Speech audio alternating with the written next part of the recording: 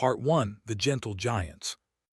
The year was 2247, and humanity had been part of the Galactic Concord for 30 years.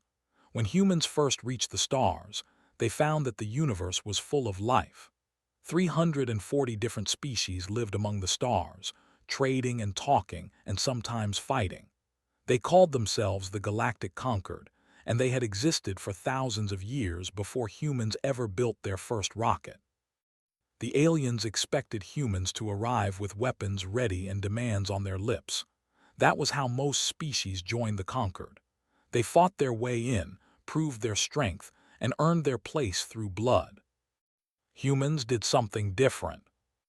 They came with open hands and curious eyes. They brought doctors to heal the sick on worlds that had suffered plagues for generations. They brought engineers to build bridges and power plants on planets that had never known such things. They brought musicians and artists and poets, sharing the strange and beautiful creations of Earth with anyone who wanted to see them. Most of all, they brought their gift for talking. On the planet, two species had been killing each other for 800 years. Human diplomats sat with both sides for 3 months, listening to their pain, understanding their fears, and slowly helping them see each other as something other than enemies. When the peace treaty was signed, both species wept, and the human ambassador wept with them. The galaxy did not know what to make of these strange creatures from the small blue world. Some species thought humans were wise beyond their years. Others thought they were simply weak. There had no shields to protect it from attack. Their fleet was small, built for exploration and rescue rather than war. They had destroyed their nuclear weapons centuries ago, choosing to bury that dark chapter of their history. The elder species of the Concord smiled at humanity the way adults smile at children who believe the world is good.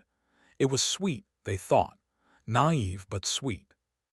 Ambassador represented Earth on the Concord High Council. She was a small woman with gray hair and kind eyes, and she had spent her entire life believing that any problem could be solved with enough patience and understanding. She had proven it dozens of times, turning enemies into friends, healing wounds that seemed impossible to heal.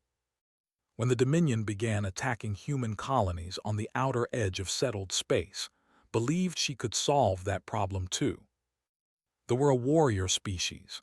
They stood 8 feet tall, covered in scales the color of dried blood. They had built their civilization on conquest, taking what they wanted from weaker species because they could. The Galactic Concord tolerated them because fighting them would be costly, and because they were usually smart enough to only attack species that could not fight back. Species like humans. The first attack came on a small colony world called New Helsinki. The warships appeared without warning, burning the settlement to ash and killing everyone who could not escape in time. 4,000 humans died in a single afternoon. Stood before the Concord High Council and presented her evidence. She invoked the treaties that all members had signed. She appealed to the shared values that supposedly united them all. The emissary, a warrior named, listened to her speech with amusement. When she finished, he stood and addressed the council. "The humans speak of treaties and values," said, his voice like grinding stone. "But what are treaties to the weak? What are values to those who cannot defend them? Humans are herd animals playing at civilization. They have built nothing worth protecting because they cannot protect anything." Several delegates shifted uncomfortably. Some agreed with, others simply did not want to get involved. Kept her composure. She had faced hostility before. She had found ways through it. "We do not wish for conflict," she said, her voice calm and steady. "We ask only that the attacks stop. Surely we can find a way to address whatever grievances the Dominion holds against us. Surely we can talk." Laughed a harsh sound that echoed through the chamber. "Talk. You wish to talk? Very well, human. Here is my talk. Your colonies exist because we allow them to exist. Your people live because we have not yet decided to kill them all. Be grateful for our mercy and do not waste the council's time with your bleeding." He walked out of the chamber without waiting for a response. The council voted to take no action.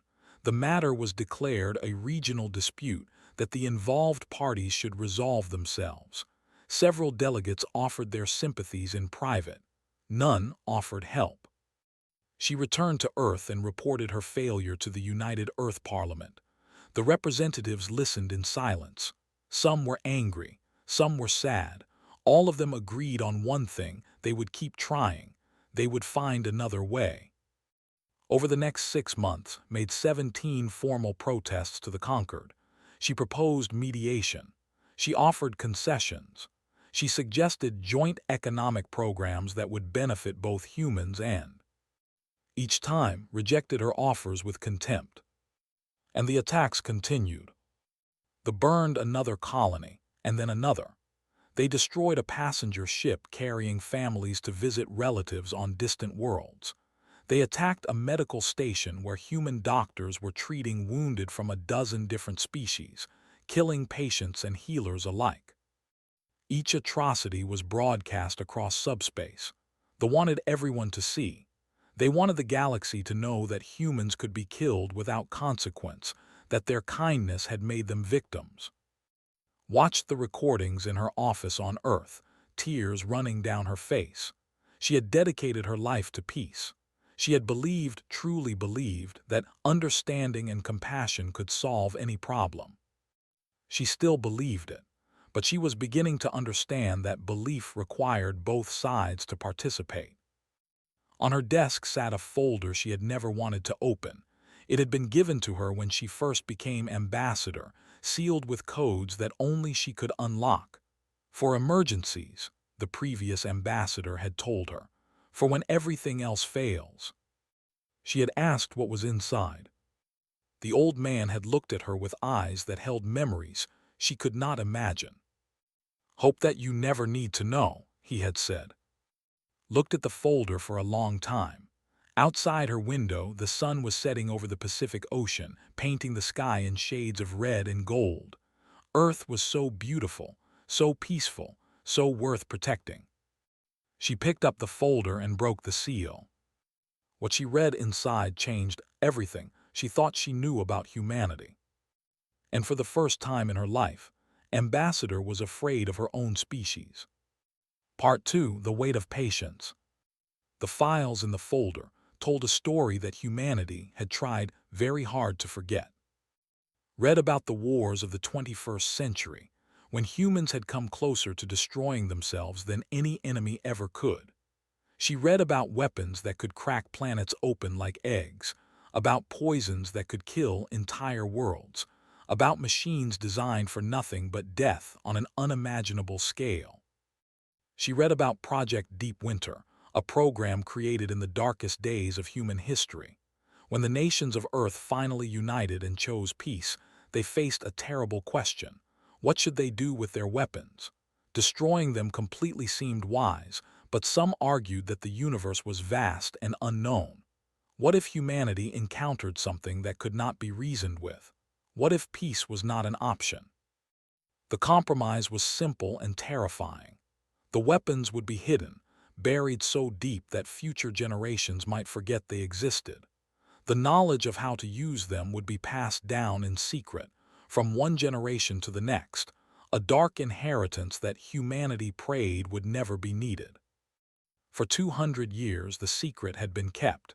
Humanity had joined the stars believing itself to be peaceful, believing it had evolved beyond violence. That belief was real. The hospitals they built were real. The peace they brokered was real. But so were the weapons sleeping in the dark.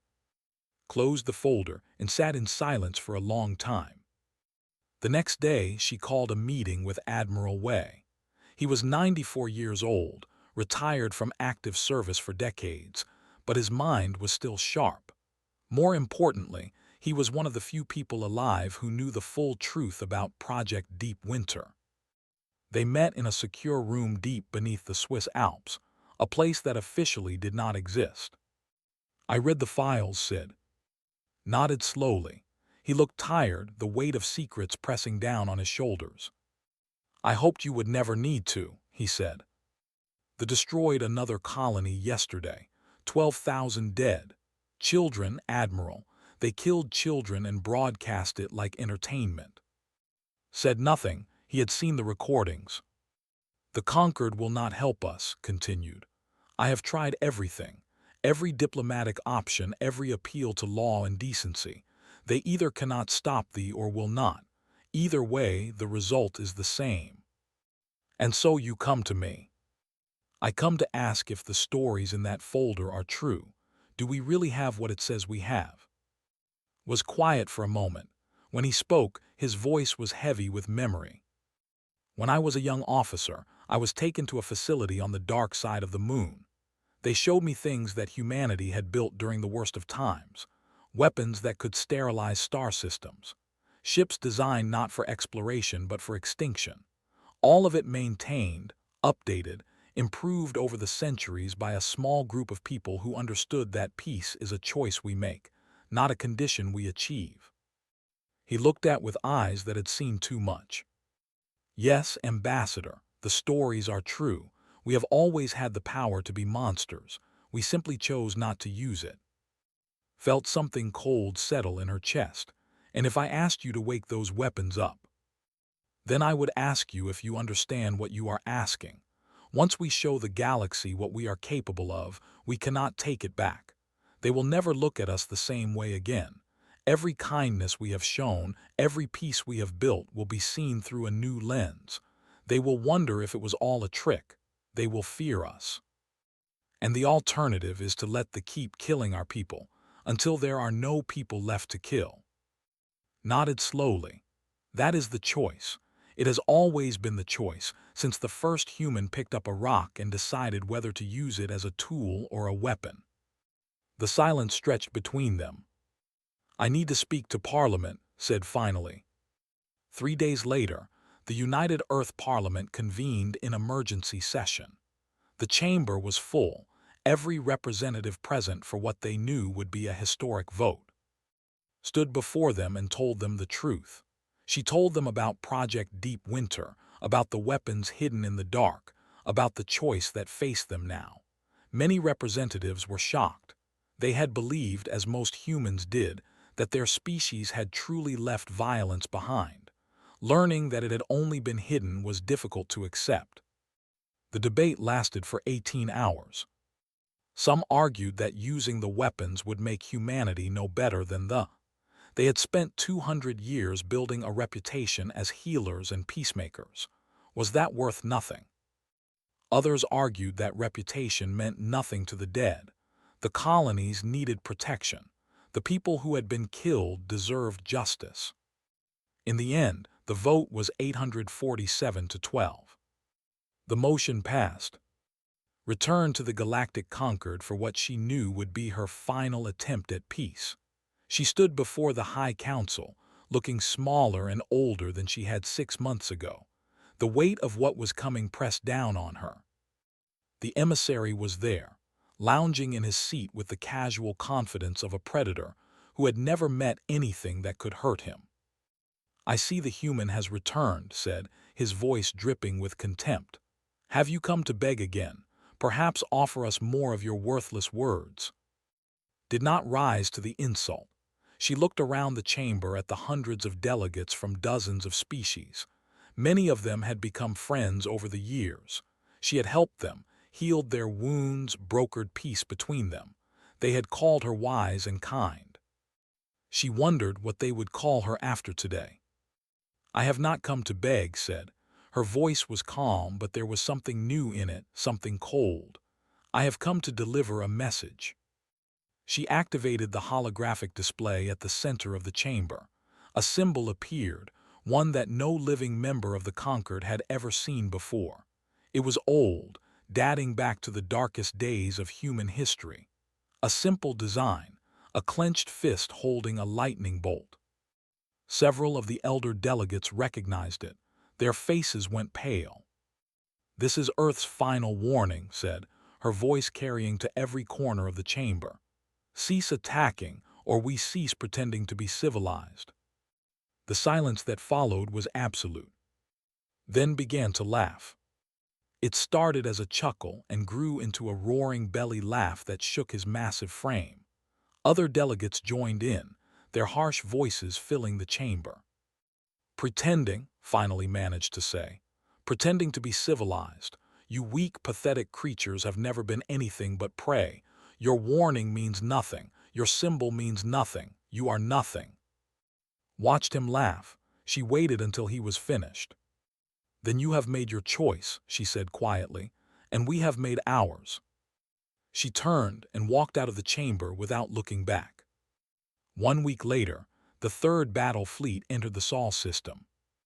They expected to find a terrified Earth waiting to surrender.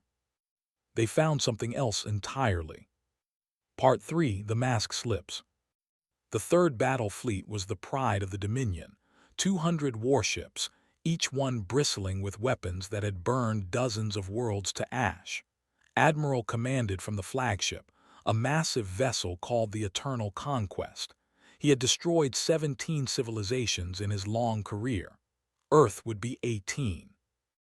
The fleet translated into the Sol system at the edge of the asteroid belt, wanted the humans to see them coming. He wanted them to have time to be afraid. Sensors showed the human defense fleet waiting near Mars. 40 ships, small ships, ships built for rescue missions and scientific surveys, hastily armed with whatever weapons the humans could find. Smiled with all 3 rows of his teeth. "Open a channel," he commanded. The human commander's face appeared on screen. He was an old man with white hair and calm eyes. Admiral Wei, the intelligence files said. Ancient by human standards. He should have been dead years ago. Human commander said, letting contempt drip from every word. "I am Admiral of the Dominion. You will order your pathetic fleet to stand down. You will surrender your world unconditionally. You will watch as we take everything you have ever built and grind it to dust. If you comply quickly, I may allow some of your kind to survive as slaves. This is more mercy than you deserve." Wei listened to the entire speech without changing expression. "Are you finished?" he asked. Blinked, surprised by the human's lack of fear. "I am giving you one chance to live, human. Do not waste it with foolish defiance." Wei nodded slowly, as if considering the offer. Then he leaned forward slightly. "You were warned." The channel closed. Roared with rage and ordered his fleet forward. 200 ships against 40. The battle would be over in minutes. He was right about that. He was wrong about everything else. The human fleet did not form a defensive line like any sensible commander would do when. They did not retreat to buy time. They did not scatter to make themselves harder targets. They attacked. 40 small ships dove straight into the heart of the formation, moving with a speed and precision that all tactical logic. They seemed to know exactly where to strike, finding weak points in shields, exploiting blind spots in sensor coverage, hitting critical systems with surgical accuracy. But it was not the 40 ships that destroyed the fleet. On the dark side of Earth's moon, something woke up. Facilities that had been dormant for 2 centuries powered online. Massive doors that had not opened since before first contact ground apart, revealing weapons platforms the size of small cities. Generators that had been sleeping since humanity's darkest days hummed back to life, feeding power to systems that should not exist. The first shot came from a weapon called a solar lance. It focused the energy of a small star into a beam no wider than a human arm. That beam crossed 200,000 kilometers in less than a second and hit the Eternal Conquest dead center. The flagship ceased to exist. It did not explode. It did not break apart. It simply stopped being matter and became energy, a brief flash of light and then nothing. Admiral did not even have time to be surprised. The fleet panicked. Discipline collapsed as ship after ship was erased from existence by weapons they could not understand, fired from platforms they could not see. They tried to retreat, to flee, to surrender. The humans did not accept surrenders, not today. 11 minutes after the battle began, it ended. 200 warships reduced to drifting debris and fatting radiation. Not a single human vessel was lost. On Earth, the population watched the battle unfold on screens across the world. Many wept. They had believed their species had left this behind.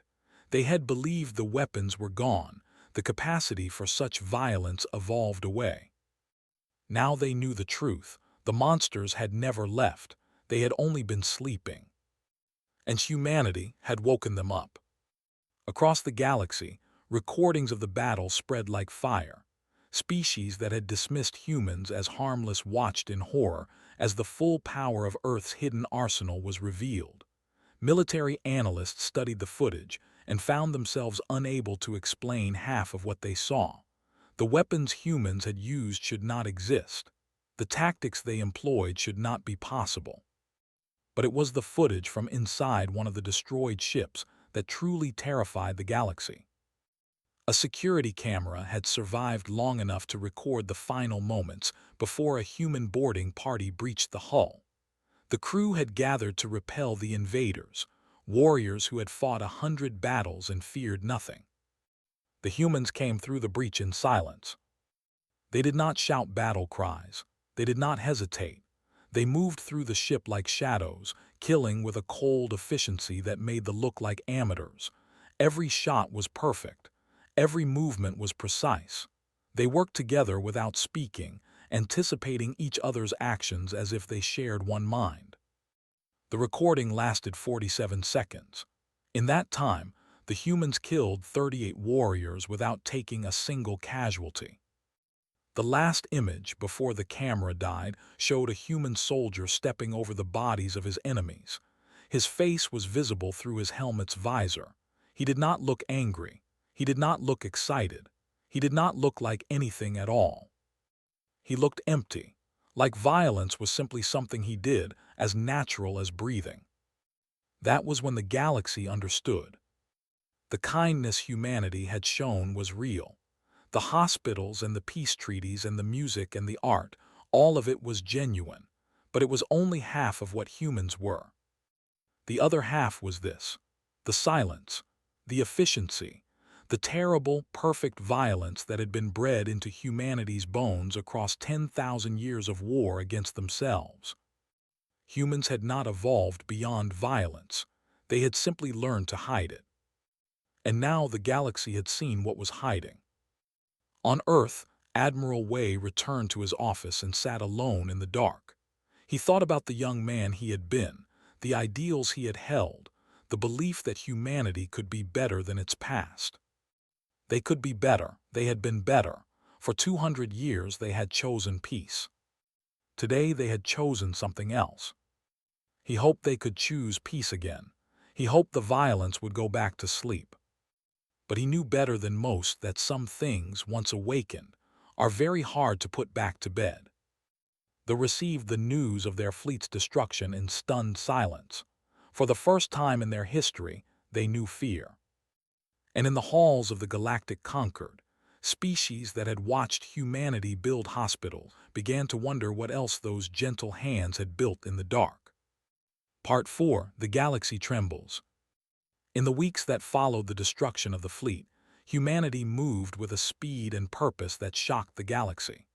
The small exploration fleet that everyone had mocked was suddenly joined by ships that appeared from nowhere, warships that had been hidden in deep space, waiting for a call that their crews had prayed would never come.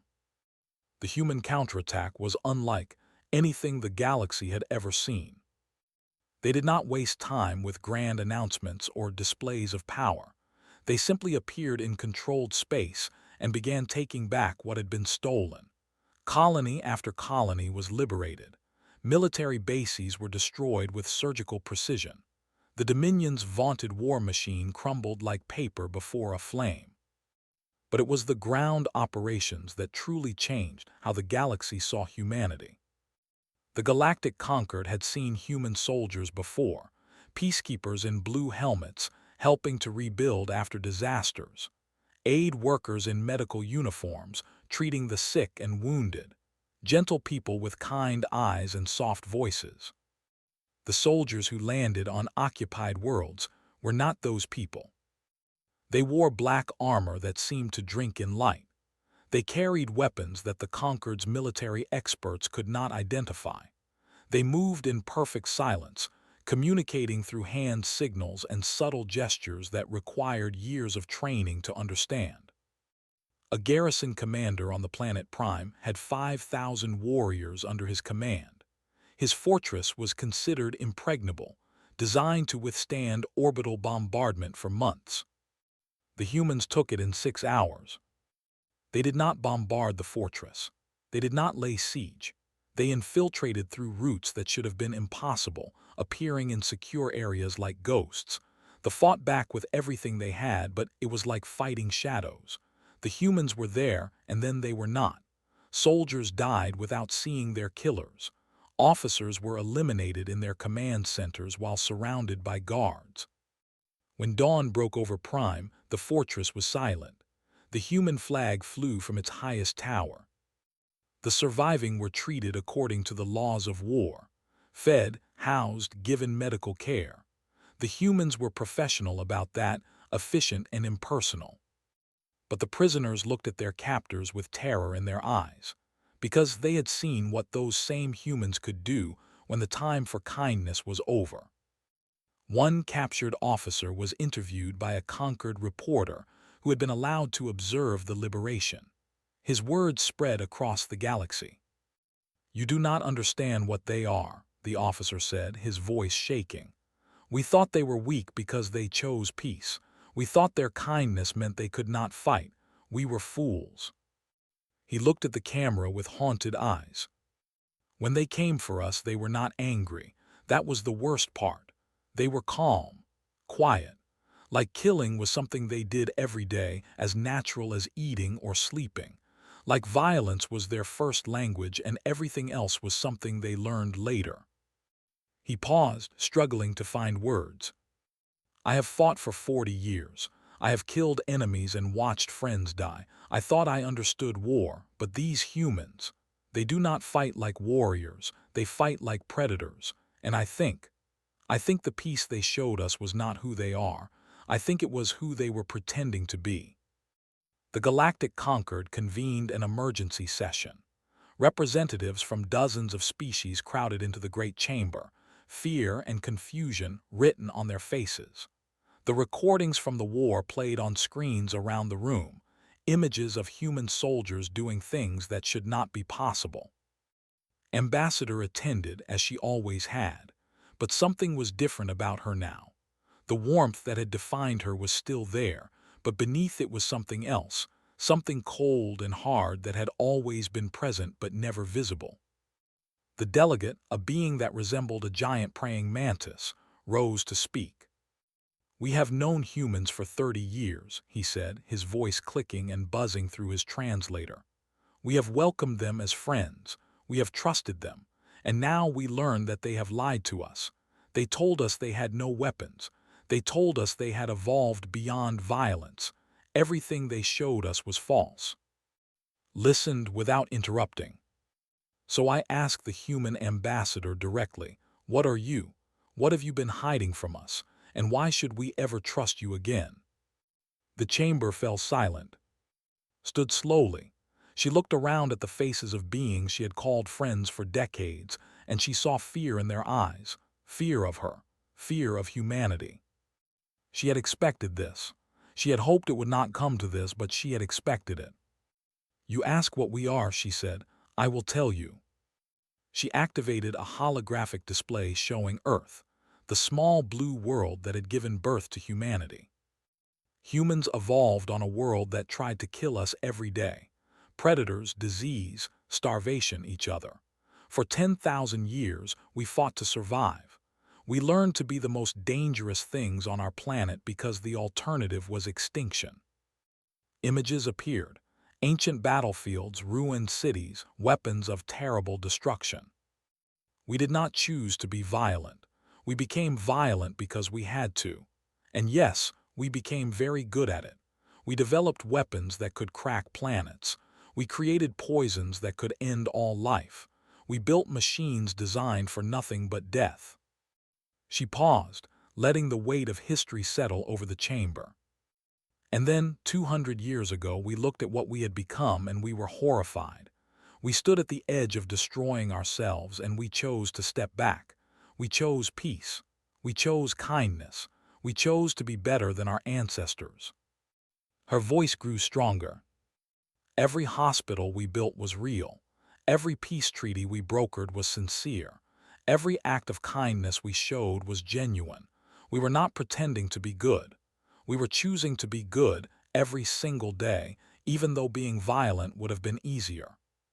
She looked directly at the delegate. You ask why you should trust us. Here is my answer. We showed you the best of what we could be. We showed you kindness, compassion, healing. You responded by watching while they murdered our children. You responded by doing nothing while our people died. Her voice dropped lower, colder. We did not lie to you about who we are. We are exactly what we showed you, but we are also this. The violence is always there, sleeping inside us. We choose not to use it. We choose kindness, but choice requires options. She looked around the chamber one final time. They demanded the monster. They got the monster. But make no mistake, the moment this war ends, we will go back to building hospitals. We will go back to brokering peace. We will go back to being the kind, gentle humans you knew before. She walked toward the exit, then stopped and turned back. We choose to be kind. Always remember that it is a choice, and be grateful that we keep making it. She left the chamber in silence. Behind her, 300 species sat in their seats and contemplated a terrible truth. The most dangerous species in the galaxy was also the most compassionate. And they had no idea which version would walk through the door next. Part 5: The Terms of Peace. 3 months after humanity's ultimatum, the war ended. The Dominion surrendered unconditionally. Their military had been shattered, their fleets destroyed, their armies broken. The species that had terrorized the galaxy for centuries knelt before humanity and begged for mercy. The galaxy held its breath, waiting to see what the humans would do. History taught a simple lesson. The victors always took their pound of flesh. They had burned human colonies. They had murdered civilians. They had laughed while children died. Any other species would have demanded blood. Any other species would have glassed thee and called it justice. The humans did something else. Ambassador appeared before the Galactic Concord with a proposal, not for punishment, not for revenge, for reconstruction. The document she presented was 200 pages long. It detailed plans to rebuild infrastructure destroyed in the war, medical programs to treat wounded soldiers and civilians on both sides, educational exchanges to help thee understand other cultures, economic investment to replace the economy of conquest with something sustainable. The conquered delegates stared at her in disbelief. Why? The question came from a dozen voices at once. Looked tired. The war had aged her in ways that years had not, but her voice was steady when she answered. Because this is who we choose to be. The emissary was present, though he looked nothing like the proud warrior who had mocked humanity months ago. He had lost weight. His scales had faded from blood red to a dull brown. He sat hunched in his chair, waiting to hear the terms of his people's enslavement. I do not understand, said, his voice barely a whisper. We killed your people, we burned your worlds, we laughed at your suffering, you could destroy us completely. You have the power, why would you not use it? Was quiet for a moment. Then she walked across the chamber until she stood directly in front of. Do you know why humans build hospitals? She asked. Shook his head. Because we know what it is like to suffer. We know what it is like to watch loved ones die. We know the pain of loss because we have caused so much of it ourselves. We do not build hospitals because we are kind. We build them because we are trying to make up for the cruelty we are capable of. She gestured at the screen still showing footage of the war, of human soldiers moving through battlefields like angels of death. You saw what we can do. You saw the violence inside us, but violence is easy. Kindness is hard. Revenge is simple. Forgiveness is complicated. Any fool can destroy. Building requires wisdom. She looked around the chamber at the assembled delegates. We did not come to the stars to conquer. We came because we were lonely. We came because we hoped to find species that were better than we were. Species that could teach us how to be less violent, less cruel, less human. A sad smile crossed her face. Instead, we found species exactly like us, capable of great cruelty and great kindness, choosing between them every single day. They chose cruelty. They paid for that choice. But they are not beyond redemption. No species is beyond redemption. We know that because we have redeemed ourselves.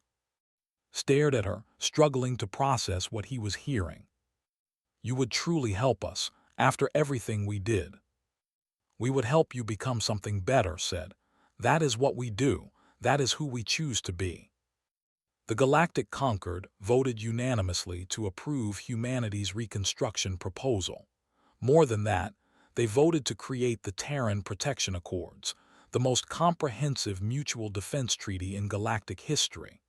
Any attack on humanity would be considered an attack on the entire Concord. Not because the Concord believed humanity needed protection, but because they wanted to make sure that no one was ever foolish enough to wake the monster again. In the years that followed, humanity returned to what it did best. They built hospitals on worlds, treating species that had tried to exterminate them. They sent teachers to schools, helping young warriors understand that there was more to life than conquest. They invited artists and musicians to Earth, showing them beauty instead of destruction. It was not easy. Some humans could not forgive what had been done to their families. Some could not accept help from their conquerors. There were setbacks and failures and moments when peace seemed impossible. But humanity kept trying. They always kept trying. 50 years after the war, a young student named traveled to Earth to study medicine. She walked through the halls of the Geneva Medical Academy, surrounded by humans who had every reason to hate her species. They did not hate her. They welcomed her as a colleague. They taught her everything they knew. They treated her like family. On her graduation day, gave a speech that was broadcast across the galaxy. When I was a child, I was taught that humans were weak, she said. I was taught that their kindness was a sign of inferiority. I was taught that strength meant crushing those who could not fight back. She looked out at the audience, at humans and sitting side by side. I was taught wrong. Strength is not about destruction. Strength is about choice. The humans have the power to destroy anything they want. They could have exterminated my people for what we did. Instead, they chose to help us become better. Her voice wavered with emotion. That is strength. The strength to build instead of break. The strength to forgive instead of avenge. The strength to offer a hand to someone who once tried to kill you. That is what humans taught me. That is what they teach the entire galaxy every single day. The crowd rose to their feet in applause. In the front row, Ambassador, now very old and very tired, watched the young doctor with tears in her eyes. She thought about all the dark days, all the terrible choices, all the violence that had been necessary to reach this moment. She thought about the weapons still sleeping on the dark side of the moon, maintained by crews who prayed they would never be used again. She thought about the paradox at the heart of humanity, the capacity for terrible destruction and beautiful creation, existing side by side, waiting to see which one would be chosen. Today they had chosen creation. Tomorrow they would choose again, and the day after that and the day after that forever.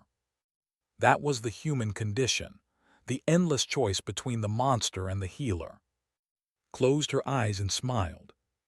Humanity would keep choosing kindness, not because it was easy, not because they did not know how to be cruel, but because they knew exactly what cruelty looked like and they had decided to be something else. The galaxy was finally beginning to understand. Human kindness was not weakness. It was the hardest kind of strength there was. And it was beautiful.